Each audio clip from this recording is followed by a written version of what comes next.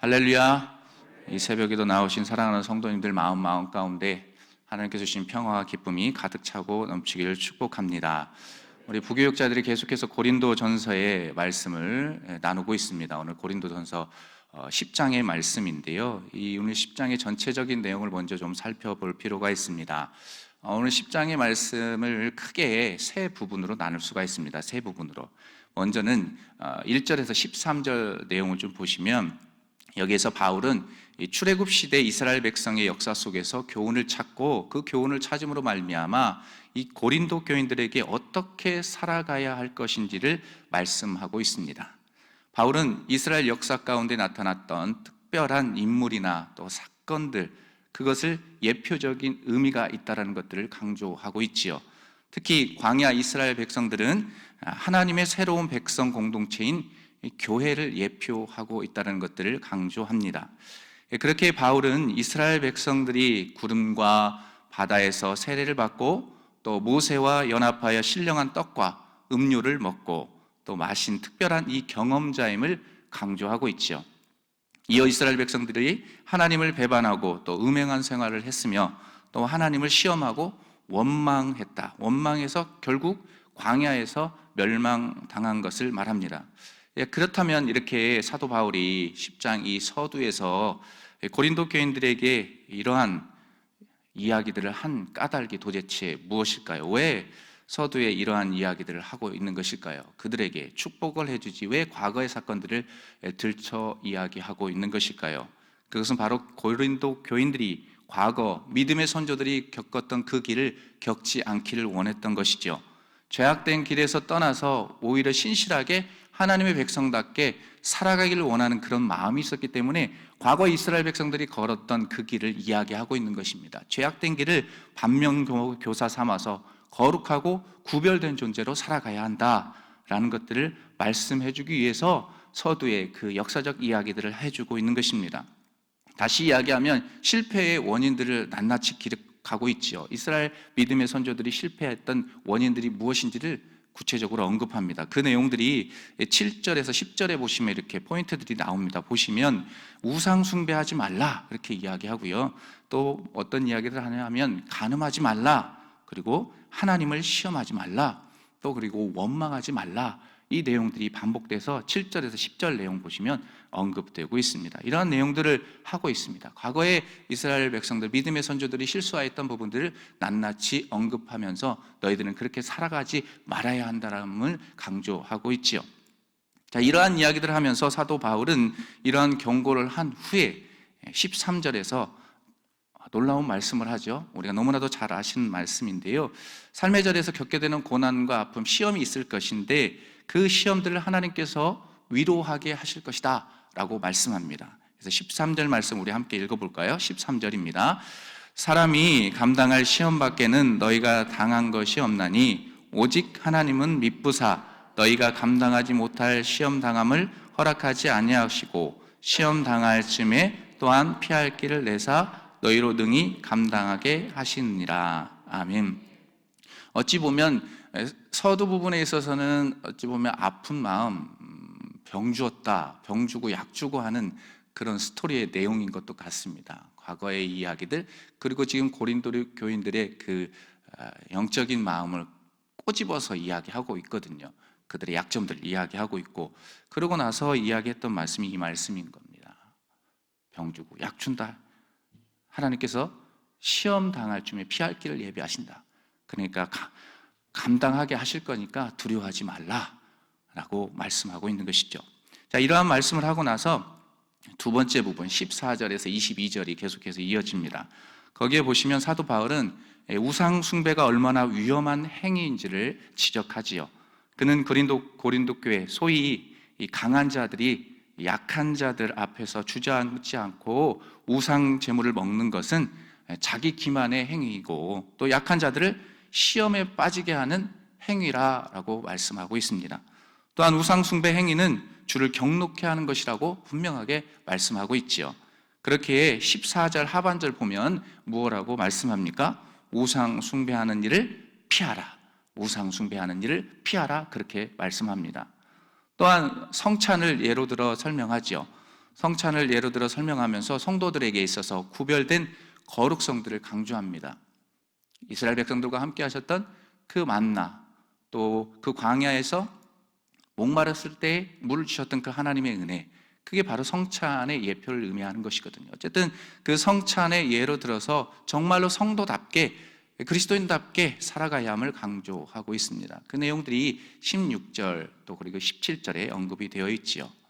자, 그래 계속해서 이제 그 내용이 두 번째 부분의 내용이었다면 이제 세 번째 마지막 부분을 보시면 22절에서 마지막 33절까지의 말씀을 보시면 쭉 보시면 어떤 내용들이 나오냐? 바울은 우상 제물을 먹는 문제와 관련해서 성도들이 취해야 할 자세, 대원칙에 대해서 말씀하고 있습니다. 성도들은 자신의 행위가 다른 사람들에게 유익을 주는 일인지 아니면 교회를 세우는 일인지를 먼저 생각해야 함을 강조하고 있습니다. 그러면서 바울은 시장에서 나온 고기를 양심의 문제를 따지지 말고 사 먹으라 그렇게 말씀하거든요. 사 먹어라. 한 걸음 더 나아가서 뭐라고 이야기하신 줄 아십니까? 사도 바울은 불신자 집에 초대되어 차려진 음식을 먹을 때에도 양심의 문제를 거론하지 말고 먹으라 그렇게 말씀하죠. 왜냐하면 땅과 그 안에 있는 모든 것이 누구의 것이다? 주의 것이기 때문이다. 하나님의 것이기 때문이다. 그게 바로 26절에서 명백하게 그렇게 증거하고 있습니다. 하지만 바울은 혹 어떤 사람이 상위에 있는 음식이 당시 우상에게 바쳐진 것이라고 말하면 그 사람의 양심을 생각해서 먹지 말아야 한다라고 말씀합니다. 28절에 그렇게 이야기하거든요. 어떤 것은 먹어라, 어떤 것은 먹지 말아라 막 헷갈리는데 어쨌든 구별되게 살아가야 함을 명백하게 이야기하고 있죠. 그러면서 사도 바울은 우리가 음식을 먹을 때 제일 먼저 생각할 것이 있다. 그것이 무엇일까요? 모든 것이 다 하나님의 무엇을 위하여 먹으라? 영광을 위하여 먹으라. 31절 말씀 한번 읽어볼까요? 화면에 띄워주시면 31절 시작. 그런즉 너희가 먹든지 마시든지 무엇을 하든지 다 하나님의 영광을 위하여 하라. 아멘. 모든 것들을 하나님의 영광을 위하여 하라라고 분명하게 말씀합니다. 그렇게 하면서 이제 본문의 말씀이 쭉 맞춰지고 있죠. 유익에 대한, 사람의 유익에 대한 이야기들도 하면서 맞춰집니다. 이러한 전체적인 이야기들을 좀 머릿속에 기억하시면서 오늘 본문 보시면서 두 가지의 영적인 교훈을 깨닫게 됩니다. 먼저는 그리스도인들이라면 항상 자신을 반추하는 삶을 살아야 한다는 것입니다. 우리의 지나왔던 삶들을 돌이켜보면서 점검하고 또 점검하는 삶들을 살아내야 한다는 것이죠. 그래서 12절 말씀 보면 이렇게 증가합니다. 12절 말씀 함께 보시면 그런즉 선줄로 생각하는 자는 넘어질까 조심하라. 다시 한번요. 그런즉 선줄로 생각하는 자는 넘어질까 조심하라. 아멘. 이렇게 말씀합니다. 여기서 선줄로 생각하는 자는 누구를 지칭하는지 아십니까? 바로 스스로 믿음이 강한 자라 생각하는 이들을 말합니다. 나 강하다. 나 열심히 신앙생활을 했다. 라는 사람들을 가리키고 있지요. 이런 사도 바울이 이런 말씀을 고린도 교회에 하는 연유가 도대체 그러면 무엇이겠습니까? 그것은 당시 고린도 교인들 가운데 다분히 이러한 생각들을 하면서 자신이 잘났다고, 자신이 정말 하나님 믿고 또 신실하게 살아간다고 했던 사람들이 많았기 때문에, 교만한 가운데 빠져있던 사람들이 많았기 때문에 이 말씀을 주고 있습니다. 그래서 선줄로 생각하는 자 넘어질까 철저히 조심해야 된다 말씀합니다. 당시 스스로 믿음이 강하다고 생각하는 이들은 자신들이 그리스도 안에 있어 모든 일이 자유하다고 생각했죠. 그래서 목사님들이 이야기할 때 영지주의 이야기했잖아요. 한번 구원받고 또 우리가 고백했으면 끝난다. 영의 문제에 있어서 구원받았으면 끝난다. 그래서 육체적인 삶은 막 살아내도 된다라는 의미들 많이 기억하시죠? 어쨌든 영지주의적인 그런 자세들, 신앙의 모습들이 팽배했기 때문에 문제가 되는 것입니다. 그래서 자유하다라고 생각하고 있는 것이죠. 또한 우상은 아무것도 아니기에 우상 제물을 먹는 것도 문제가 되지 않는다라고 생각하고 있었던 것 같습니다. 물론 이런 생각도 중요하죠. 물론 이런 생각들도 틀리지는 않습니다. 그런데 문제는 이들이 이러한 생각으로 거리낌 없이 죄를 짓고 또 어떻습니까? 우상 숭배하는 일에 참여하고 말았다는 것이죠. 이게 한 번으로 끝나면 모르는데 빈번하게 일어났다는 것입니다. 그래서 사도 바울은 이스라엘 역사에 대해서 이야기하는 거거든요. 서두 부분에 있어서 너희들 깨어있지만 않으면 안 된다라고 이야기하고 있습니다. 이스라엘의 역사를 언급하면서 믿음의 선조들의 이야기를 하면서 그들을 깨닫게 합니다. 즉 하나님께 택함받고 믿음의 길을 걷는다 하지만 참으로 불완전한 존재가 인간이며 자칫 영적인 교만에 빠지면 결국 넘어지는 존재가 되고 마는 것이 바로 불완전한 인간 너희들이다. 고린도 교회 성도들 너희들이다. 그것들의 경각심을 가져라. 그렇게 말씀하고 있는 것입니다. 그렇게 택함받은 믿음의 선조들의 제약된 모습을 정말로 예를 들면서 고린도 교인들이 그러한 상황에 처하지 않을 수 있게끔 엄중히 경고하고 있는 것이죠. 그리고 오늘을 살아간 우리들에게도 엄중히 경고하고 있는 것입니다. 하나님의 백성대로 살아간다면 정말로 구별된 삶들을 살아내야 되고 우리의 삶을 반추하면서 점검하는 삶들을 살아내야 한다라고 말씀하고 있는 것입니다. 사랑하는 새벽의 성도 여러분, 그리스도인들 중에는 자타가 인정하는 믿음이 강한 분들이 계십니다. 이렇게 보시면 정말 신실한 분들이 계세요. 열심으로 신앙생활하고 정말 어려움이 있어도 꿋꿋하게 견디시는 분들이 계십니다. 또한 그들 중에는 어떻습니까? 신앙의 지식이 풍부하신 분들이 계십니다. 어찌 보면 목회자보다 더 탁월한 신학적 지식을 가지고 계신 분들이 너무 많습니다. 이것은요 참으로 좋은 일이죠. 좋은 일입니다. 물론 성도들은 다 믿음도 강하고 신앙의 지식도 풍부해질 수 있도록 그렇게 깨어서 기도하면서 노력해야 할 의무가 있습니다. 그래야 어떻습니까? 하나님과 더 영적인 친밀한 관계를 맺고 그 뜻에 합당한 삶들을 살아낼 수 있는 것이죠. 그렇기 위해서 무단히 노력해야 합니다. 그러나 우리는 신앙의 지식이 풍부하고 또 믿음이 강하다 할지라도 결코 자만하거나 오만해져서는 안 된다는 것입니다.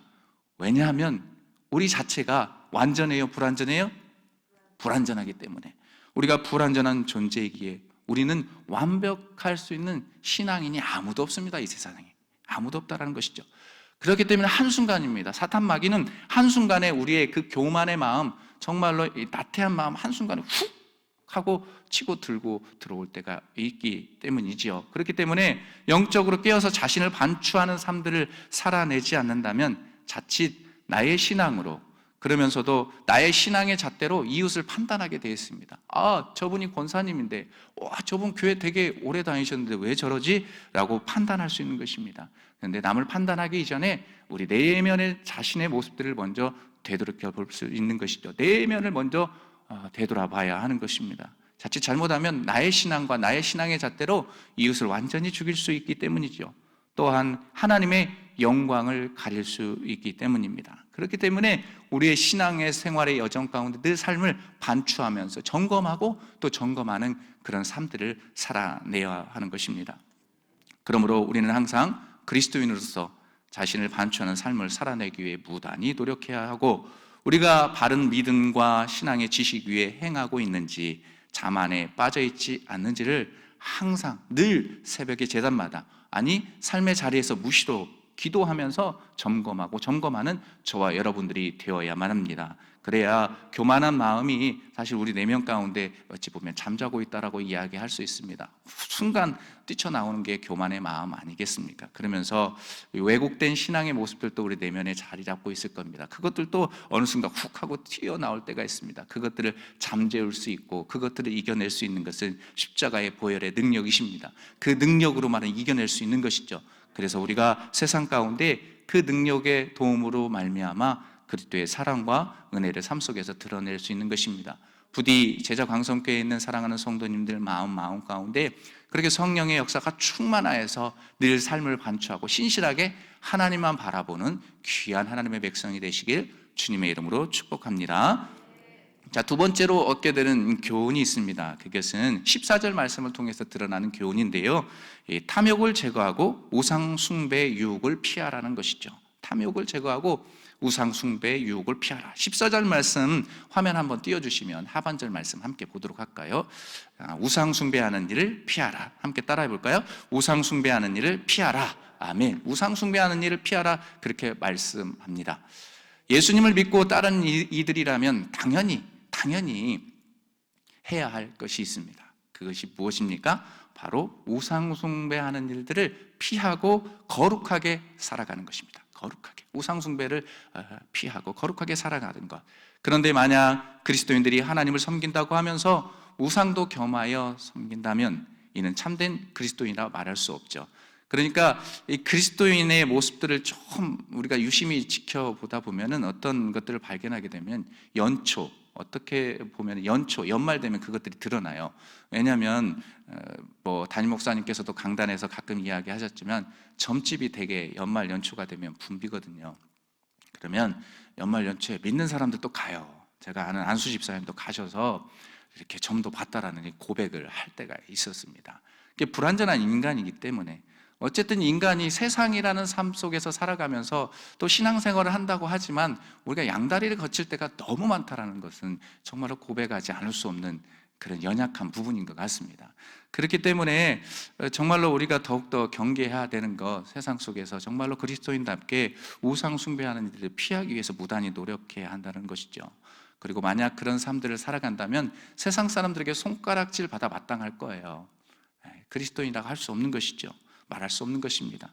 또한 그렇게 되면 어떻게 됩니까? 결국 하나님의 엄중한 심판을 피할 수 없게 되는 것입니다. 그렇게 여기서 우리가 정말 한 가지 짚고 넘어가야 할 것이 있습니다. 그것은 우리의 삶 속에서 어떻게 그렇다면 우상 숭배의 유혹을 피하느냐의 문제이죠. 그러면 우상 숭배의 이런 문제들을 어떻게 피할 수 있느냐라는 문제입니다. 그것은 결코 쉬운 일이 아닙니다. 쉽지가 않습니다. 그 누구도 인간이라면 그것들을 완전히 제거하면서 신앙생활하기란 너무나도 어려운 일입니다. 왜냐하면 우상 숭배는 하나님 외에 어떤 대상을 최고로 여기는 것, 최고의 가치로 여기며 섬기는 것을 말하기 때문이죠. 여러분 삶을 한번 점검해 보십시오. 하나님보다 더 최고로 여기면서 살아가는 것들이 있잖아요. 내 자녀, 그죠? 내가 운영하는 기업, 여러 가지 이야기하지 않아도 여러분 내면에 요동치고 있는 그런 문제들이 있을 것입니다. 그렇게 우리 모두는 이러한 문제 앞에서 자유로울 수 있다, 자유로울 수 없다, 자유로울 수 없는 것이죠. 자유로울 수 없는 것입니다.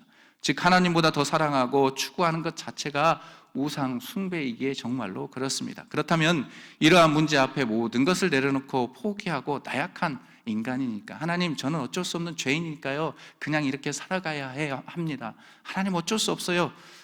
그러면서 하나님 앞에 한탄하면서 자신의 처지를 정당화해야 하는 것일까요? 아닙니다. 우리는 그것을 피하고 물리쳐야만 합니다. 그것을 피하고 물리쳐야 하는 것이죠. 십자가의 보혈의 능력으로 그것들을 밀어붙여야 하는 것입니다. 그렇게 하기 위해서는 우리의 우상 숭배의 원인이 되는 뿌리를 찾아 제거해야 합니다. 뿌리를 제거해야죠. 우리가 설령 어떤 우상 숭배를 했다가 회개하고 돌이켰다 해도 우상 숭배의 원인을 제거하지 않는다면 결국 또다시 그 길을 걷게 되어 있습니다. 또다시 그 죄악된 삶에 빠질 수 있기 때문이지요. 마치 질병의 내적인 원인을 찾아서 뿌리채 제거하지 않고 겉으로 드러난 부분만을 치료했다고 생각해 보십시오. 그러면 어떻게 됩니까? 시간이 지나면 또 드러나게 되어 있습니다. 그 상처에 또 아픔이 드러나게 되어 있고 문제가 발생되는 것 아니겠습니까? 우리의 우상 숭배의 문제도 마찬가지입니다. 뿌리를 제거하지 않으면 똑같이 그렇게 일어나게 되는 것이죠. 그렇다면 우상 숭배의 근원이 도대체 무엇일까요? 바로 자신의 이기적인 욕망을 채우려는 탐심, 즉 탐욕이라 할 수 있는 것이죠. 그래서 골로새서 3장 5절 말씀 아주 많이 들어봤으니까요. 화면에 보신 말씀 가운데 한번 읽어볼까요? 시작! 그러므로 땅에 있는 지체를 죽이라. 곧 음란과 부정과 사욕과 악한 정욕과 탐심은 우상 숭배니라. 탐심은 우상 숭배다. 하반절 말씀만 기억하시면 좋겠습니다. 다 기억하시되 탐심은 우상 숭배니라. 그렇게 골로새서의 말씀 가운데 말씀합니다. 또한 이러한 탐욕에 대해서 성자 어거스틴이 했던 말이 있습니다. 어거스틴이 뭐라고 얘기했냐면 충족한 것보다 더 원하는 것, 충족한 것보다 더 원하는 것이 탐욕이다라고 정의했습니다. 어거스틴의 말이지요. 하나님의 은혜를 잊고 감사하지 않고 주어진 이외의 것을 가지려고 무단히 온 마음을 쏟는 것, 바로 그것이 탐심이라는 것입니다. 사랑하는 성도 여러분, 탐심이 내면에 가득하면 우리는 하나님에 대한 감사를 잊을 수밖에 없습니다. 사소한 일에도 감사해야 되는데 그 감사를 잊어버릴 때가 많습니다. 또한 하나님이 아닌 다른 것을 추구하고 어떤 것을 이루기 위해 정말로 불법적인 방법을 사용하게 되어 있습니다. 그로 인해 하나님을 부정하며 자신이 추구하는 것을 얻기 위해 외형적인 행위를 유발하게 되는 것이죠. 이것이 바로 무엇입니까? 우상 숭배하는 일 아니겠습니까?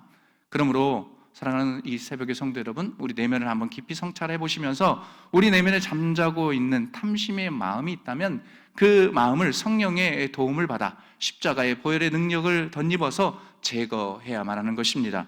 즉 하나님보다 자신을 사랑하는 마음, 현실에 대해 감사하지 못하고 다른 것을 추구하는 마음들이 있다면 과감하게 밀어붙이고 성령의 능력으로, 말씀의 능력으로, 하나님의 도우심으로 제거해야만 합니다. 그렇게 할 때에 비로소 내면 깊은 곳에서 더욱 하나님을 사랑하고 매일의 삶 속에서 하나님을 예배하면서 또 우상 숭배하는 일을 피하는 일에 앞장서는 저와 여러분들이 될 줄 믿습니다. 오늘의 삶을 살아내시면서 5월의 마지막 주를 보내시고 또 6월을 준비하시면서, 아니 평생의 삶을 살아가면서 그렇게 결단하면서 그렇게 우리의 내면을 들여다보시면서 말씀을 품고 이겨내는, 또 그렇게 몸부림치며 나아갈 때 하나님께서 분명히 그런 우상 숭배하는 그런 죄악된 모습들이 있다면 그것들을 피하게 하시고 거룩하게 살아가게 하실 줄 믿습니다. 그 은혜들을 기대하시면서 함께 기도하셨으면 좋겠고요. 또 이 시간에 말씀을 마치시면서 에베소서 5장 3절의 말씀을 함께 드리면서 마치고 싶습니다. 에베소서 5장 3절 말씀입니다. 함께 읽습니다. 음행과 온갖 더러운 것과 탐욕은 너희 중에서 그 이름조차도 부르지 말라. 이는 성도에게 마땅한 바니라. 아멘. 탐욕은 너희 중에서 그 이름조차도 부르지 말라. 여러분, 그 이름조차도 부르지 말고 오직 예수, 오직 주님, 오직 하나님만 부르짖는 저와 여러분들의 삶이 되시길 주님의 이름으로 간절히 축복합니다. 네, 이 시간 함께 기도하도록 하겠습니다. 오늘 주신 말씀을 품고 기도합시다. 여러분들 여러 가지 말씀들을 나누었지만 이 말씀 가운데, 새벽에 오는 말씀 가운데 하나의 포인트만 잡으셨으면 좋겠습니다. 그것은 바로 무엇이냐면 우리가 하나님 앞에 선택된 거룩한 백성이라는 것입니다. 그렇기 때문에 정말로 거룩하게 살아가야 합니다. 그래서 자신을 반추하는 삶들을 살아내게 해주시고 우리 안에, 우리 내면 가운데 자리 잡고 있던 우상의 세력들이 있다면 그것들을 제거해 주십시오라고 기도합시다. 그리고 이 땅에, 이 나라, 이 민족을 긍휼히 여겨주시라고 하나님 차별금지법에 대한 이 모든 하나님 동성애 약법들을 다 막아주십시오 라고 기도합시다. 그리고 6월 1일 선거가 있습니다. 하나님의 공의와 정의가 실현되는 그런 하나님 선거일이 될 수 있도록 도와주시라고 이 시간 주여 한번 외치고 기도하도록 하겠습니다. 주여! 오 하나님 아버지, 은혜를 감사합니다. 어제는 또 주님의 날을 은혜 가운데 보내게 하시고 또 저희들이 이 새벽에 하나님 앞에 모여서 함께 예배하게 하시고 또 하나님을 또 묵상하게 하신 하나님 감사합니다. 하나님 아버지, 우리의 삶이 너무나도 연약하고 연약합니다. 하나님, 그렇기 때문에 하나님 우리가 해야 될 것은 영적인 예민함을 가지고 또 하나님 그리스도인답게 항상 우리 자신을 살피는 겁니다. 우리의 삶을 점검하는 겁니다. 반추하면서 내가 어떻게 삶을 살아가는지를, 그것들을 되새겨보면서 잘못된 것들을 반성하면서 좋은 것들만 배워서 더욱더 성숙한 그리스도인이 될 수 있도록 주님 도와주십시오. 하나님 아버지, 이 땅, 이 나라의 민족을 긍휼히 여겨주시고 하나님 이 땅 가운데 하나님의 정의와 공의가 실현되게 하여 주시고 정말로 하나님 아버지, 차별금지법에 대한 이런 어떤 문제들, 하나님 동성애의 그 악법들이 하나님 제거되게 하여 주옵소서. 이 어둠의 권세들이 곧 나서는 예수 그리스도의 이름으로 떠나가게 하여 주시기를 원합니다. 하나님 아버지, 성령의 능력으로 하나님 아버지 모든 세력들, 어둠의 세력들을 하나님 쫓아보내주시고 우리가 주님의 힘으로, 주님의 능력으로 일어날 수 있도록 성령의 은혜 베풀어 주옵소서. 우리 내면 가운데, 우리 마음 가운데 잠자고 있는 악의 세력들이 있다면 하나님 십자가의 보혈의 능력으로 하나님 제거해 주시다 우상 숭배하는 일을 피하게 하시고 오직 주님 그늘 아래, 오직 하나님의 그늘 아래 피하는 우리가 될 수 있도록 성령이여 역사하여 주옵소서. 성령이여 은혜를 베풀어 주옵소서. 오 하나님이여, 그런 은혜가 임할 수 있도록 주님 도와주옵소서. 오 하나님 역사하여 주시기를 원합니다. 우리 내면의 그 성령의 능력으로 가득가득 채워 주옵소서. 존귀하신 하나님 아버지, 은혜를 감사합니다. 하나님, 우리는 완벽한 존재가 아닙니다. 연약한 존재입니다. 그렇기 때문에 주님 아니면, 성령님의 도우심 아니면 살아갈 수 없습니다. 주님 도와주십시오. 매일의 삶 속에 도와주셔야만 하겠습니다.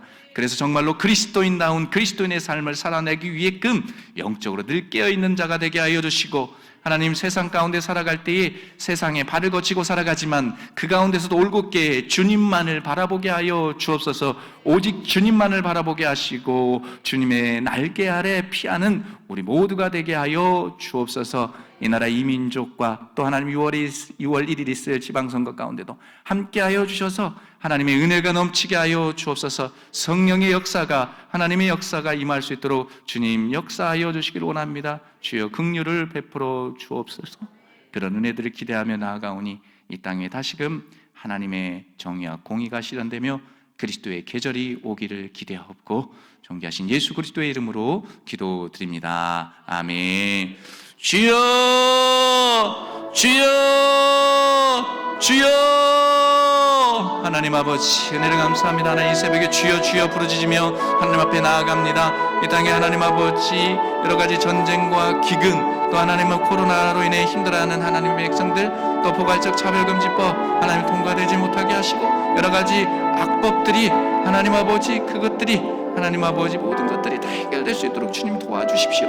성령의 능력 가운데 하는 모든 것들이, 어둠의 권세들이 하나님 해결되게 하여 주옵소서. 하나님 역사하여 주옵소서. 오 하나님 역사하여 주시기를 원합니다. 성령의 능력으로 모든 것들을, 어둠의 세력들을 다 물리쳐 주시옵소서. 오 하나님 아버지, 9월 1일 선거일 가운데도 함께 하셔서 하나님 은혜 가운데 모든 것들이 잘 진행될 수 있도록 주님 도와주시고, 사랑하는 성도님들, 주여 주여 부르짖으며 기도할 때 그 기도의 눈물과 기도의 그 제목들을 기억해 주셔서 하나도 땅에 떨어지지 아니하고 하나님 앞에 상달되는 그런 은혜가 있게 하여 주시기를 원합니다. 성령의 역사하여 주옵소서. 성령의 은혜를 베풀어 주옵소서. 성령의 능력으로 채워주시기를 원합니다. 주님 은혜 베풀어 주십시오.